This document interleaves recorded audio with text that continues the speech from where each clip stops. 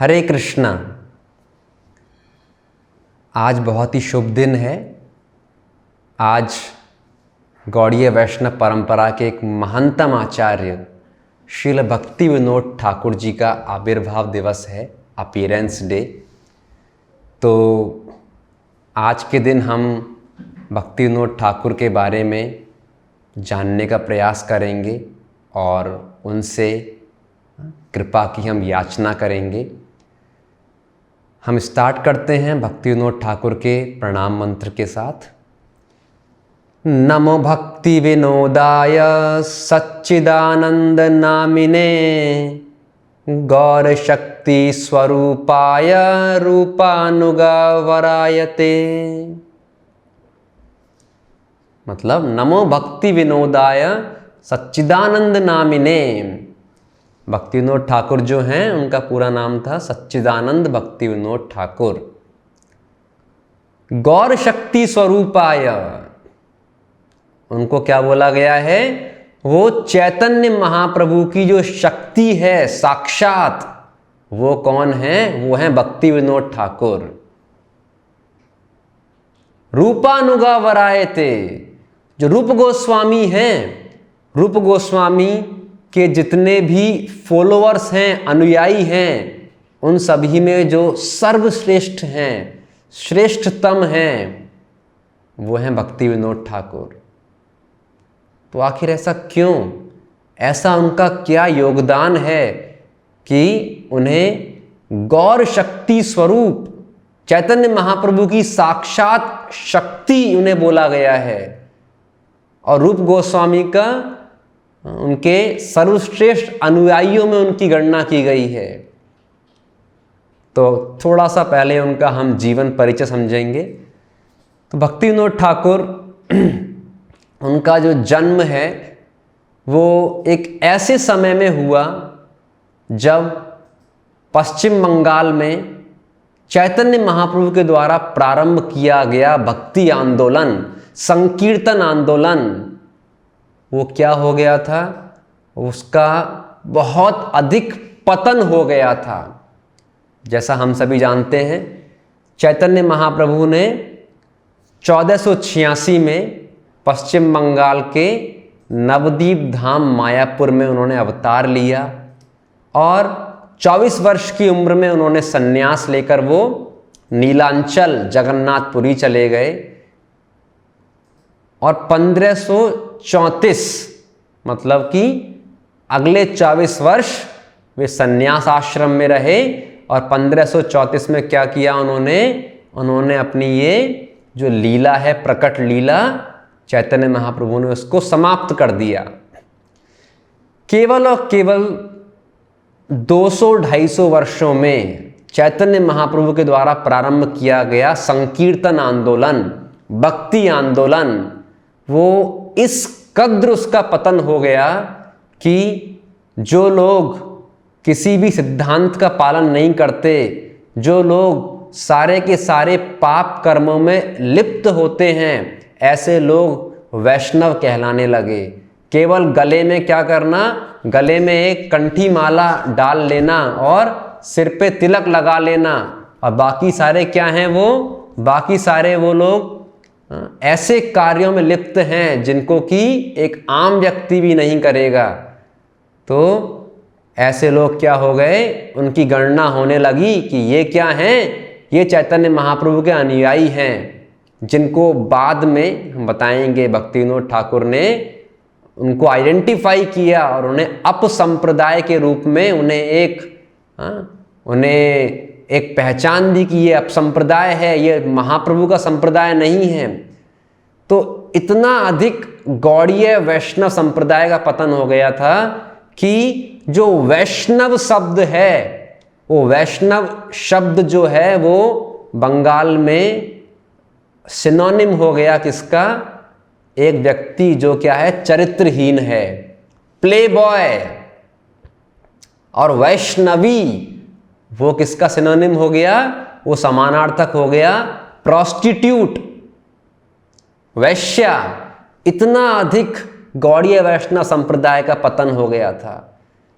उस समय पर भगवान चैतन्य महाप्रभु ने स्वयं अपनी शक्ति का स्वरूप उसको इस दुनिया में भेजा। और वे कौन हैं? वे हैं श्री भक्ति विनोद ठाकुर। तो भक्ति विनोद ठाकुर जो हैं, उनका जन्म पश्चिम बंगाल के नदिया जिले के बीरनगर, या फिर इसको उला ग्राम नाम से भी जानते हैं, तो बीरनगर नाम के गांव में उनका जन्म होता है। और 2 सितंबर 1838 को रविवार के दिन वो जन्म लेते हैं। जो उनके पिता हैं उनका नाम होता है आनंद चंद्र दत्त और माता जगत मोहिनी देवी। तो उनके यहाँ इनका जन्म होता है। और जो परिवार है उनका, वो आर्थिक रूप से बहुत समृद्ध होता है। काफ़ी अच्छा उनका बचपन निकलता है। लेकिन जब वो लगभग 10 वर्ष के ऊपर के होते हैं तो उनके पिता की मृत्यु हो जाती है। और कुछ समय के लिए जो परिवार है वो आर्थिक संकट से भी घिर जाता है।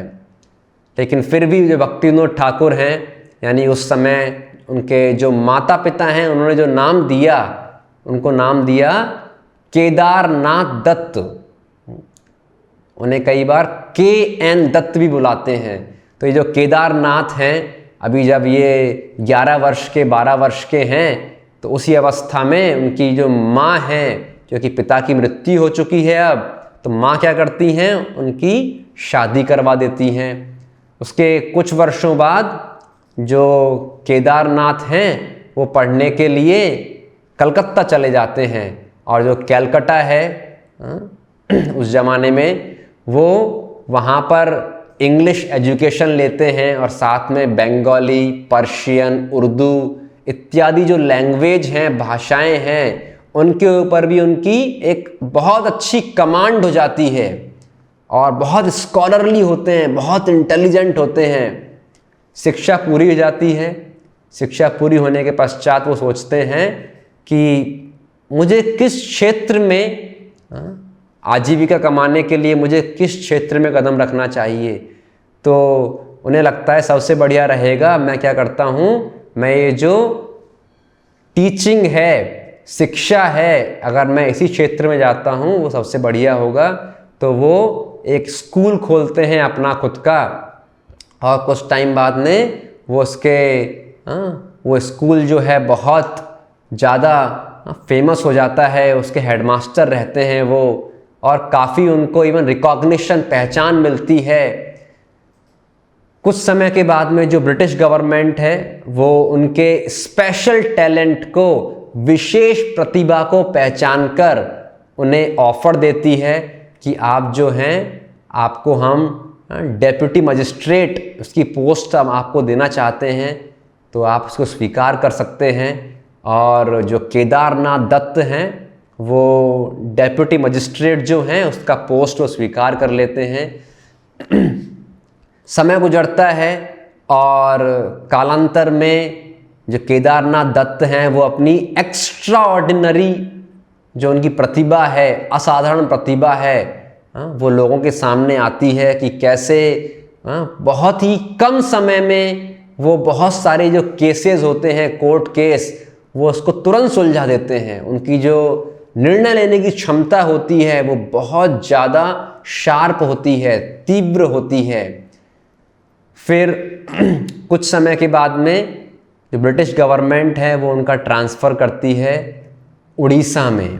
उड़ीसा में जगन्नाथपुरी में उनका ट्रांसफ़र हो जाता है, क्योंकि जो केदारनाथ दत्त हैं वो अपनी स्ट्रिक्टनेस के लिए, अपनी दृढ़ता के लिए भी जाने जाते हैं। तो उन्हें लगता है कि गवर्नमेंट को लगता है कि जो जगन्नाथ मंदिर में जो भी इरेगुलरिटीज़ हैं, अनियमितताएं हैं, अगर उन्हें क्या करना है, उन्हें ख़त्म करना है और बहुत अच्छा टेम्पल मैनेजमेंट अगर करना है तो सबसे बढ़िया व्यक्ति कौन है, वो हैं KN दत्त। तो KN दत्त जो हैं उनकी वहाँ पोस्टिंग हो जाती है डिस्ट्रिक्ट मजिस्ट्रेट। और जो नियम होता है कि जो मजिस्ट्रेट है वही जगन्नाथपुरी मंदिर की जो मैनेजमेंट काउंसिल है उसका जो हेड है, प्रमुख है, वो मजिस्ट्रेट ही होगा। तो जब वहाँ पे रहते हैं केदारनाथ दत्त, तो वहाँ का जो प्रबंधन है, मैनेजमेंट है, वो एकदम फर्स्ट क्लास हो जाता है। कोई भी जो पांडा है वो किसी भी विजिटर को परेशान नहीं कर सकता। ऐसे बहुत अच्छे अच्छे नियम लेकर आते हैं। कुछ समय बाद जो केदारनाथ दत्त हैं उनके पास में एक इन्फॉर्मेशन आती है कि यहाँ जगन्नाथपुरी के पास में ही एक गांव है और वहाँ पर एक व्यक्ति जिसका नाम होता है बिसाकी सेन। ये बिसाकी सेन जो है ये एक योगी है और इसने अपनी योग के प्रभाव से लोगों को जादू वगैरह दिखाकर क्या कर दिया है, डिक्लेयर कर दिया है, घोषित कर दिया है कि मैं विष्णु हूँ। और अपने 2 शिष्यों को उसने, एक को ब्रह्मा और एक को शिव घोषित कर दिया है। और जो लोग हैं, ना केवल आम जनता बल्कि जो जमींदार या जो राजा हैं आसपास के गांव के, वो भी क्या हैं, वो भी उसके बहकावे में आ गए हैं, वो भी उसको विष्णु मानने लगे हैं। और लोग जो हैं वो अपने घर की महिलाओं को ये जो बिसाकी सेन है इसके साथ में रास लीला करने के लिए, रास नृत्य करने के लिए भेजते हैं, क्योंकि ये कहता है मैं क्या हूँ, मैं ही विष्णु हूँ, मैं ही कृष्ण हूँ। तो जब भक्ति विनोद ठाकुर यानी केदारनाथ दत्त, जब उनके पास में इंफॉर्मेशन आती है और गवर्नमेंट का ऑर्डर आता है कि आप जाइए और इन्वेस्टिगेशन कीजिए कि ये जो व्यक्ति है बिसाकी सेन ये क्या कर रहा है और क्या करना है, हमें इसका पर्दाफाश करना है। इसने जो इतने लोगों को चीट करने का, धोखा देने का ये जो षड्यंत्र रच रखा है, अब इसे खत्म करना है। तो केदारनाथ दत्त वो जाते हैं कुछ कांस्टेबल्स के साथ में और उन्होंने सिंपल ड्रेस पहन रखी होती है। जैसे ही वो वहाँ उस गांव में पहुँचते हैं और बिसाकी सेन के सामने आते हैं, तो ये जो योगी है, तांत्रिक है, ये तांत्रिक बिसाकी सेन अपनी तंत्र शक्ति से तुरंत पहचान लेता है कि ये कौन है। ये तो उड़ीसा में ये जो जगन्नाथपुरी के जो मजिस्ट्रेट हैं KN दत्त, वो आए हुए हैं। तो उन्हें देखकर कहता है कि आप KN दत्त हैं, द मजिस्ट्रेट ऑफ जगन्नाथपुरी। तो आप क्या करिए, आप अगर यहाँ पे आए हो तो मिस्टर दत्त आप मुझे परेशान मत करिएगा। मैं जो भी काम कर रहा हूँ उसमें आपको व्यवधान नहीं डालना है। और मैं क्या करूँगा, मैं आपको इंडिया का, भारत का राजा बना दूंगा मेरी शक्ति से। तो जो KN दत्त हैं, केदारनाथ दत्त, बोलते हैं कि माय डियर सर, आप जो हैं इतने अव्वल दर्जे के, इतने बढ़िया आप योगी हैं, तो आप इस गांव में क्या कर रहे हैं? आप इस गांव को छोड़कर जगन्नाथपुरी क्यों नहीं आ जाते? क्योंकि जगन्नाथपुरी में भगवान जगन्नाथ हैं, आप उनके दर्शन करिए डेली और वहाँ पर रहिए। आपसे मिलने के लिए इतने सारे लोग आएंगे। तो ये जो योगी, ये जो तांत्रिक है, ये कहता है, हैं जगन्नाथ, अरे वो तो लकड़ी का बना हुआ एक पुतला है। मैं क्या हूँ? मैं तो साक्षात जगन्नाथ हूँ, जीता जागता जगन्नाथ तो मैं हूँ, मैं ही भगवान हूँ। तो जैसे ही भक्ति विनोद ठाकुर यानी केदारनाथ दत्त, जैसे ही वो इस तांत्रिक के मुंह से सुनते हैं कि जगन्नाथ क्या है, जगन्नाथ तो लकड़ी का पुतला है, तो आग बबूला हो जाते हैं। बिजली की तरह उनके अंदर गुस्सा जागृत हो जाता है। तो और वो कहते हैं कि इस धूर्त को, इस मूर्ख को तुरंत क्या करो, अरेस्ट करो, गिरफ्तार करो और लेकर चलो जगन्नाथपुरी, वहां इसको लॉकअप में डाल दो। तो ये जो तांत्रिक है इसको अरेस्ट कर लिया जाता है, उसको लॉकअप में डाल दिया जाता है और जैसे ही उसको अरेस्ट करते हैं, उसकी तंत्र शक्ति के कारण वो तांत्रिक कुछ ऐसा करता है कि भक्ति विनोद ठाकुर, उनका परिवार, उनके बच्चे और जो भी कांस्टेबल वहाँ पे गए होते हैं गिरफ्तार करने के लिए, वो सभी क्या हैं, उन सभी को बहुत हैवी फीवर, 105 डिग्री बुखार हो जाता है। और उनकी धर्मपत्नी बोलती है कि आपने विष्णु का अपमान कर दिया है, इसलिए हम सभी को क्या हो गया है, हम सभी को बुखार आ गया है। तो भक्ति विनोद ठाकुर कहते हैं कि चाहे हम लोग इस बीमारी से मर जाएं, लेकिन मैं इस मूर्ख को, धूर्त को फ्री नहीं करने वाला हूं, छोड़ने वाला नहीं हूं। और फिर जब ट्रायल स्टार्ट होता है, कोर्ट में सुनवाई स्टार्ट होती है, लगातार 18 दिन चलती है सुनवाई, और उसमें पूरी तरीके से प्रूफ होता है कि कैसे ये जो विशाखी सेन है ये एक बहुत बड़ा धोखेबाज है। और उसको वो सज़ा सुनाते हैं कि इतने महीनों के लिए क्या करो, इस व्यक्ति को, इस मूर्ख को कारावास, जेल में डाल दो। तो कोई भी कांस्टेबल क्या है, वो रेडी नहीं होते उसको ले जाके जेल में डालने के लिए। और भक्ति विनोद ठाकुर कहते हैं कि इस व्यक्ति के सिर पे इतने घने बाल हैं, तो वो एक बार्बर को, एक नाई को बुलाते हैं और बोलते हैं क्या करो, इसके जो सारे बाल हैं उन सारे बालों को आपको साफ करना है, इसका हेड शेव करना है, सिर का मुंडन करना है। तो वो जो भी जितने भी नाई वहाँ पे आते हैं, वो कोई भी हिम्मत नहीं कर पाते। उन्हें लगता है कि तो विष्णु हैं, और ये जो व्यक्ति है केदारनाथ दत्त, क्योंकि इसने विष्णु का अपमान कर दिया, तो ये तो खुद क्या कर रहा है, ये खुद इतने कष्ट भोग रहा है। और हम अगर क्या करेंगे, हम अगर विष्णु जो हैं, हाँ, ये व्यक्ति जो है विशाखी सेन तथाकथित विष्णु, अगर हम इसका अपमान करेंगे, इसके बालों को क्या करके हटाकर मुंडन करके, तो हमारा भी क्या हो जाएगा, हमारा भी कुछ ना कुछ अशुभ होना तय है। तो जो केदारनाथ दत्त हैं भक्ति विनोद ठाकुर, वो पाते हैं कोई भी रेडी नहीं है, तैयार नहीं है उसके सिर का मुंडन करने के लिए, तो अपने हाथों से वो जो रेजर है उस तरह उसको लेकर उसके सारे बाल जो हैं उनको साफ कर देते हैं, और वो जो विशाखी सेन है उसको लॉकअप में डाल देते हैं। और कुछ महीनों के बाद में क्या होता है, वो व्यक्ति जो है वो जेल के अंदर रहते हुए समहाउ वो मैनेज करता है कहीं से भी जहर को, और जहर खा के वो आत्महत्या कर लेता है। तो इस प्रकार से जो विष्णु का अवतार है उसकी जेल में मौत हो जाती है।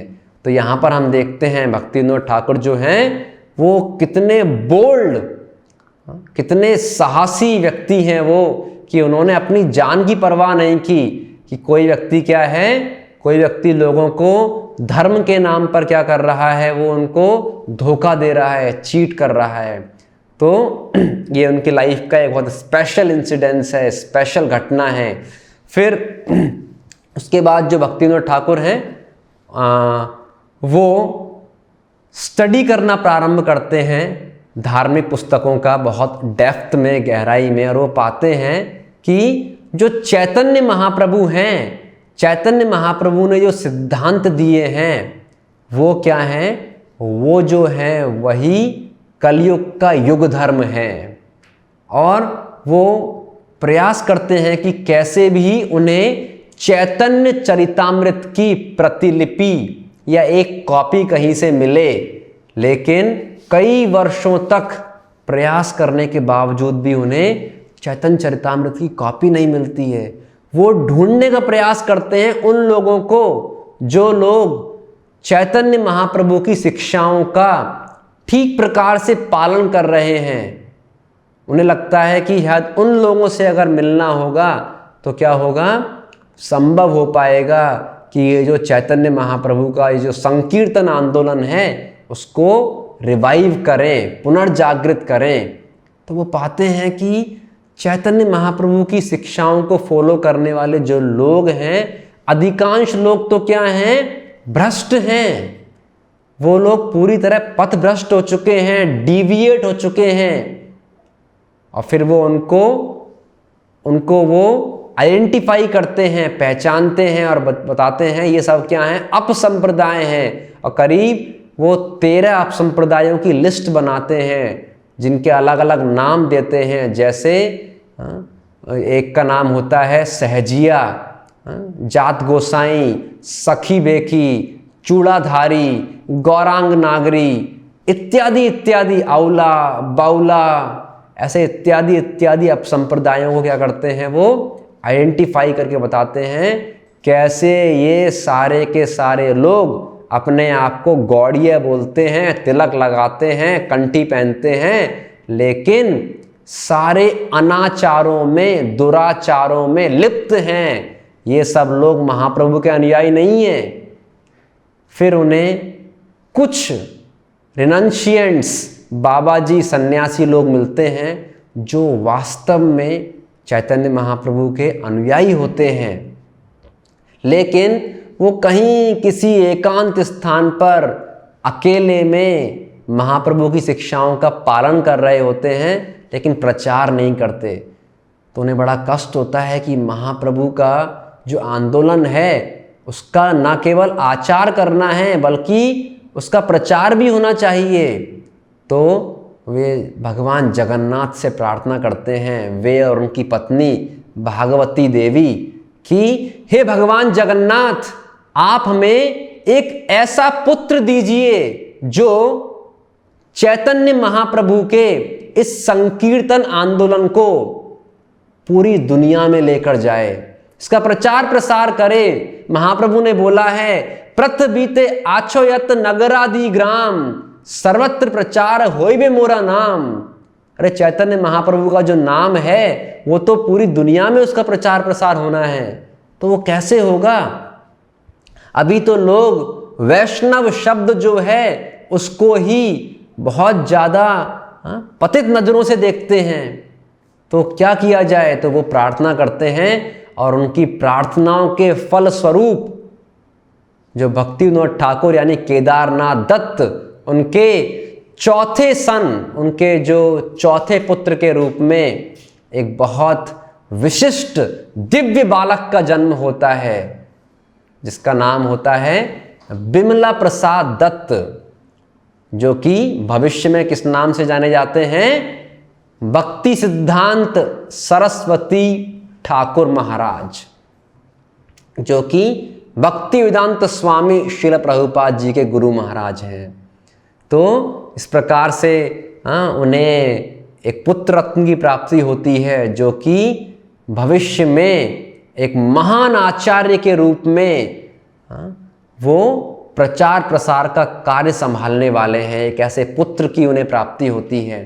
फिर भक्ति विनोद ठाकुर जो हैं वो अपना अधिकांश समय जो गौड़ीय ग्रंथ हैं उनको पढ़ने में, गोस्वामियों की जो राइटिंग्स हैं, साहित्य हैं, उनको पढ़ने में बिताते हैं और लिखने में बिताते हैं, उनका अनुवाद करने में बिताते हैं। और उनका मन होता है अब तो क्या करूं मैं, अब तो मैं रिटायरमेंट लेकर मैं वृंदावन चला जाता हूं और वहीं पर क्या करूंगा, मैं वहीं पर समय बिताऊंगा और अब मैं प्रचार प्रसार में संलग्न होऊंगा।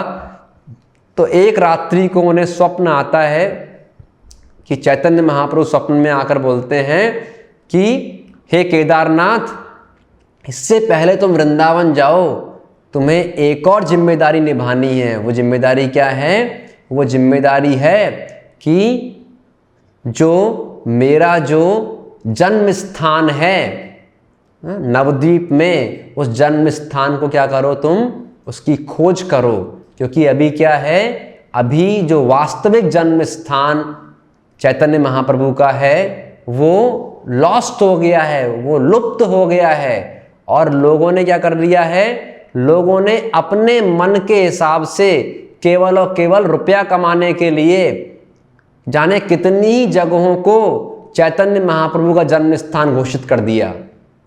तो ये जो सेवा उनको मिलती है चैतन्य महाप्रभु से, वो इस इस स्वप्न का वो डिस्कशन करते हैं, चर्चा करते हैं अपने एक मित्र से जो कि एक महान वैष्णव होते हैं। तो उनके मित्र कहते हैं कि केदारनाथ दत्त, आप एक काम करिए, आप अपना ट्रांसफ़र कहाँ करवा लीजिए, आप अपना ट्रांसफ़र ये जो नवद्वीप के पास में कृष्ण नगर है वहाँ करवा लीजिए और वहाँ पर रहकर आप इस मिशन को पूरा कर सकते हैं। तो वो ट्रांसफ़र के लिए अर्जी लगाते हैं, वो प्रार्थना रिक्वेस्ट करते हैं और जो ब्रिटिश गवर्नमेंट है वो उनकी प्रार्थना को स्वीकार करके और उनका ट्रांसफ़र कहाँ हो जाता है, कृष्ण नगर, जो कि एकदम पास है नवद्वीप के।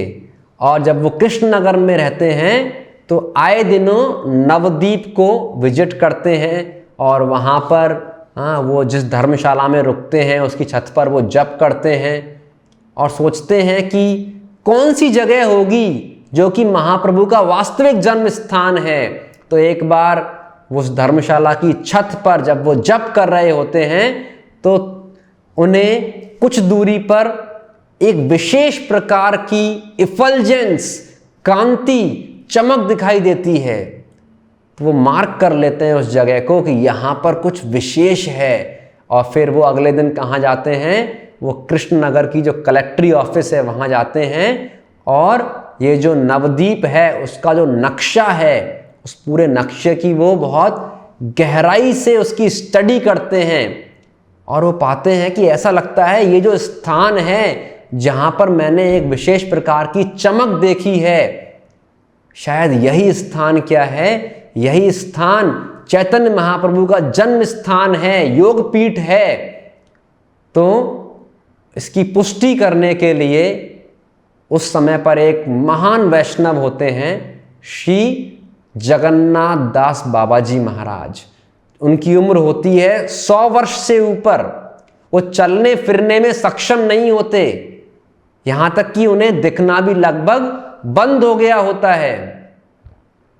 तो वो उनके पास जाते हैं भक्ति विनोद ठाकुर, उनसे प्रार्थना करते हैं कि आप परम वैष्णव हैं और यदि आप मेरे साथ में चलें और उस स्थान को देखकर यदि आप क्या करें, यदि आप सहमति दें कि क्या वही स्थान चैतन्य महाप्रभु का जन्म स्थान है तो बड़ी कृपा होगी। क्योंकि आने वाले समय में क्या होगा, पूरी दुनिया के लोग जो हैं वो इस स्थान पर आने वाले हैं।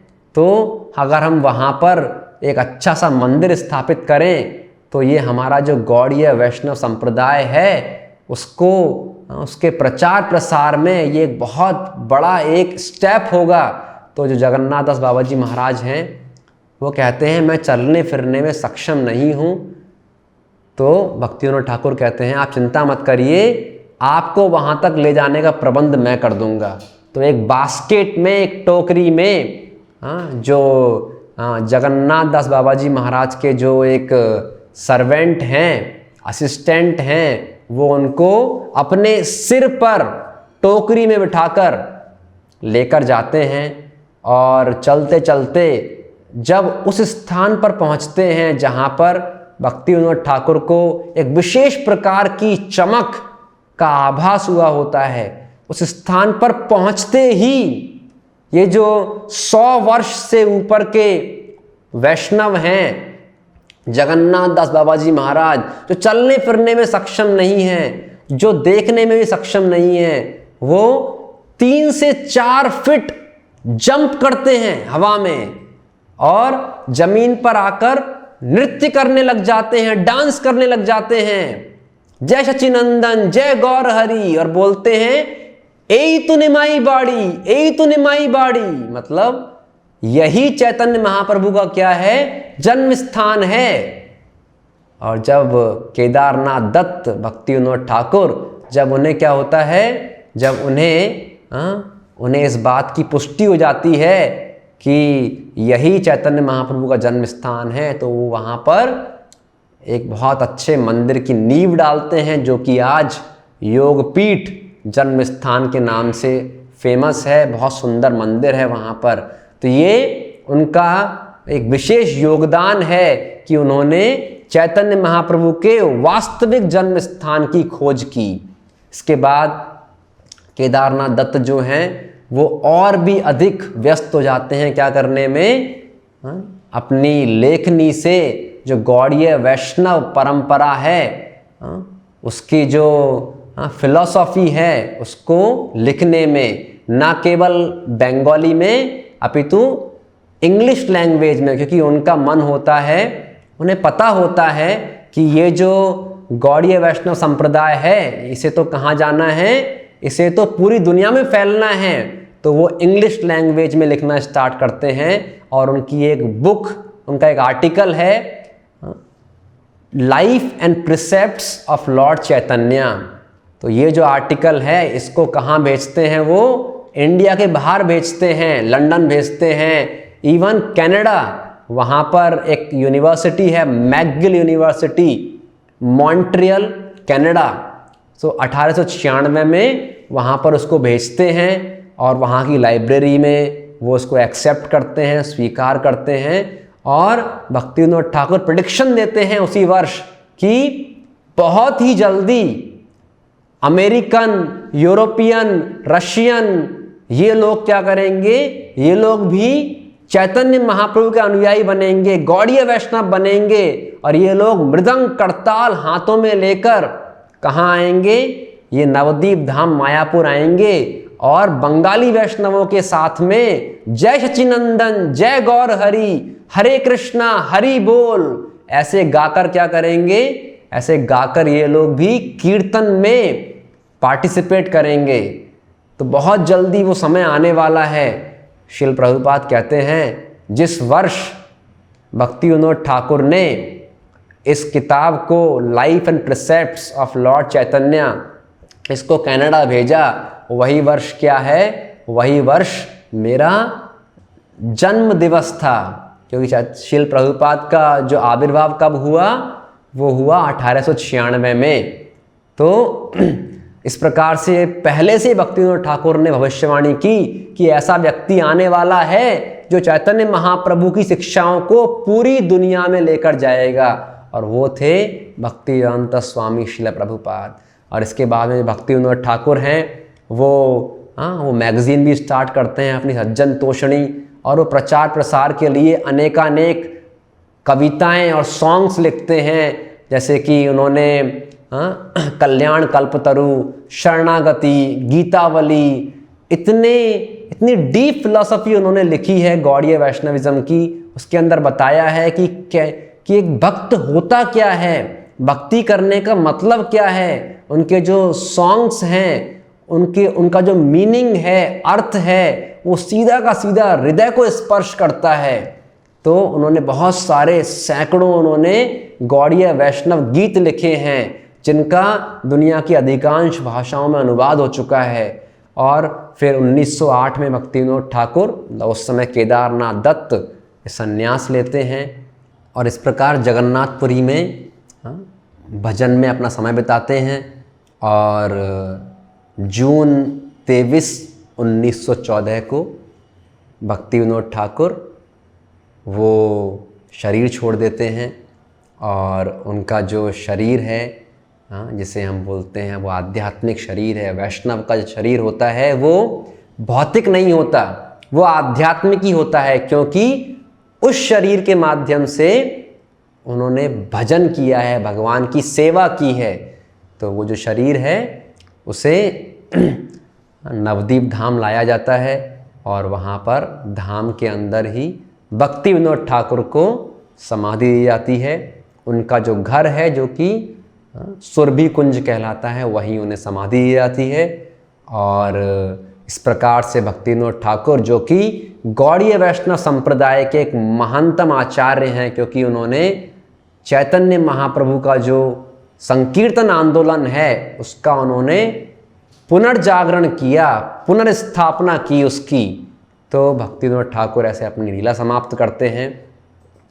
भक्ति विनोद ठाकुर के जीवन से हम कई प्रकार की शिक्षाएं ले सकते हैं, जिनमें एक प्रमुख शिक्षा ये है कि हालांकि भक्ति विनोद ठाकुर वे एक गृहस्थ थे, उनके करीब 10 से 12 बच्चे थे और वो जो हैं एक रेस्पॉन्सिबल जिम्मेदार मजिस्ट्रेट थे।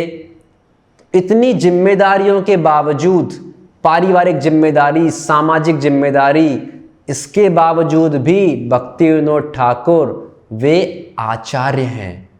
मतलब उन्होंने प्रचार का कार्य जो है वो उन्होंने रोका नहीं कि मेरे ऊपर इतनी जिम्मेदारियां हैं, मैं कैसे प्रचार करूं, मैं तो गृहस्थ हूं। नहीं, तो हर व्यक्ति को क्या है, ये प्रेरणा लेनी चाहिए कि चाहे हम, जैसे महाप्रभु कहते हैं, केवा विप्रा केवा शूद्रा न्यासी केने नए, और यही कृष्ण तत्व वेत्ता से ही गुरु होए।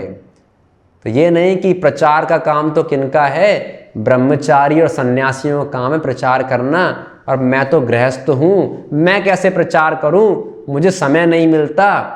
तो हमें प्रेरणा लेनी है भक्ति विनोद ठाकुर से। इतना बड़ा परिवार और इतनी बड़ी पोजीशन उनके पास में है, जिम्मेदारी उनके पास में है, फिर भी वो उन्होंने एक बहुत अच्छा समय किसके लिए डिवोट किया, हमेशा प्रचार करने के लिए। तो हमें भी क्या करना है, हम किसी परिस्थिति में हो, हमें कृष्णा कॉन्शियसनेस, उसका आचरण और उसका प्रचार हमें कभी नहीं रोकना चाहिए। तो आज के दिन हम प्रार्थना करते हैं, हम प्रार्थना हमें करनी है भक्ति विनोद ठाकुर से, ओहे वैष्णव ठाकुर दयार सागर ए दासे करुणा करी, और दिया पद छाया शोधो ए आमाया तुम्हारा चरण धोरी। ये भक्ति विनोद ठाकुर ने हमें सिखाया है कि हमें वैष्णवों से, वैष्णव ठाकुर से, हमें उनसे प्रार्थना करनी चाहिए कि हे वैष्णव ठाकुर, हे भक्ति विनोद ठाकुर, आप क्या करिए, आप हमें अपने चरणों का आश्रय दीजिए ताकि हमारा शुद्धिकरण हो। क्योंकि हमारे अंदर इतने प्रकार के क्या हैं, इतने प्रकार के विषय और विकार भरे हुए हैं, वो कब जाएंगे, जब हम जो हैं, जो वैष्णव हैं, स्पेशली विशेषतः जो आचार्य हैं, जब हमें उनकी कृपा मिलेगी। क्योंकि जो कृष्ण भक्ति है उसको हम अपने प्रयास से अर्जित नहीं कर सकते, हम अपने प्रयास से नहीं बढ़ा सकते। भक्ति में हर व्यक्ति भिखारी होता है, बेगर होता है। भक्ति मिलती है, भक्ति मांगी जाती है। कोई व्यक्ति जिसके पास पहले से भक्ति हो वो हमें भक्ति दे सकता है। कृष्ण से तुम्हार कृष्ण दिते पार तुम्हारा शक्ति आछे। जो वैष्णव हैं, जो आचार्य हैं, वो क्या हैं, कृष्ण जो हैं उनकी प्रॉपर्टी हैं, उनके पास में कृष्ण हैं। तो हमें आचार्यों से क्या करना चाहिए, प्रार्थना करनी चाहिए कि आप मुझे क्या करिए, आप मुझे जो कृष्ण आपके पास में हैं वो कृष्ण आप मुझे दे दीजिए। आमी तो कंगाल कृष्ण कृष्ण बोली, धाई तब पाछे पाछे। अरे मैं तो क्या हूँ, मैं तो कंगाल हूँ, तो मैं बोल रहा हूँ कृष्ण कृष्ण बोलकर मैं आपके पीछे भाग रहा हूँ ताकि आप मुझे क्या करें, आप मुझे, अगर आपकी लेश मात्र कृपा भी मिल जाए, कृपा का एक बिंदु भी मिल जाए, तो भी क्या होगा, जो मेरा जीवन है वो सफल हो जाएगा। तो इस प्रार्थना के साथ में भक्ति विनोद ठाकुर से उनकी कृपा के लिए याचना करते हुए हम आज का ये जो प्रवचन है इसको हम समाप्त करते हैं। हरे कृष्णा। बोलिए सच्चिदानंद श्रील भक्ति विनोद ठाकुर महाराज की जय। श्रील भक्ति विनोद ठाकुर आविर्भाव दिवस महामहोत्सव की जय। जगत गुरु श्रील प्रभुपाद की जय। निताई गौर प्रेमानंदे। हरि हरि बोल।